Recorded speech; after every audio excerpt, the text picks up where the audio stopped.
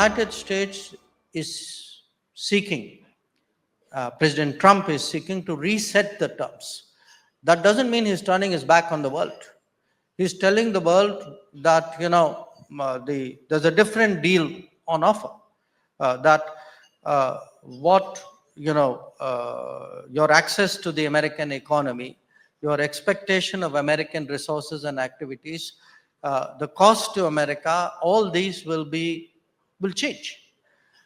So I think it's very important, because look, there are debates in America, like in any society.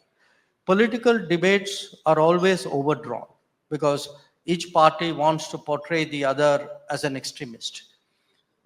I don't think it's feasible, or it is actually anybody's case, that America would turn its back on the world.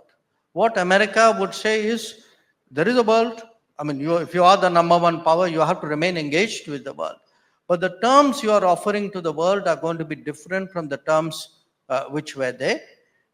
And that, I think, is going to be the disruption, because the rest of the world has slid into a habit.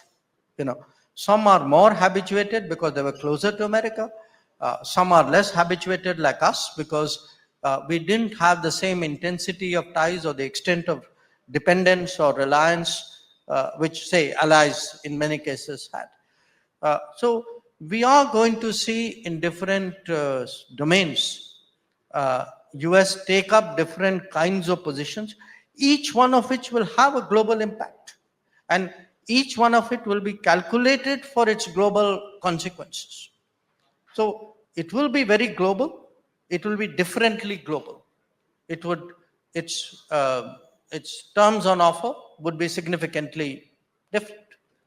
During his first term, President Trump reset the relationship with China to a significant extent, and the next government, I think, the next administration carried that forward, especially in trade. Do you see more of that coming?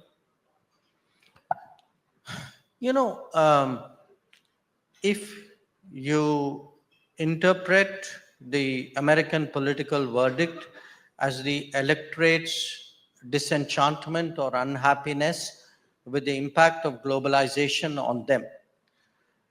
Obviously, when you speak about globalization, you have to talk about China, because China has been the big beneficiary of 25 years of a certain model of globalization, to which in America the Clinton administration acquiesced in the first place. Now, so if you are saying, I'm not going to let my manufacturing be hollowed out more. If you're going to say, I'm going to have to deal with, competition on a fairer basis.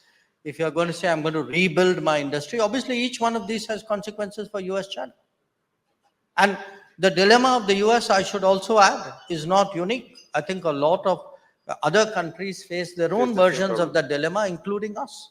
A lot of our challenges, whether it is on trade, whether it is on FTA, whether it is on China, are not dissimilar. They're not identical, but they're not dissimilar.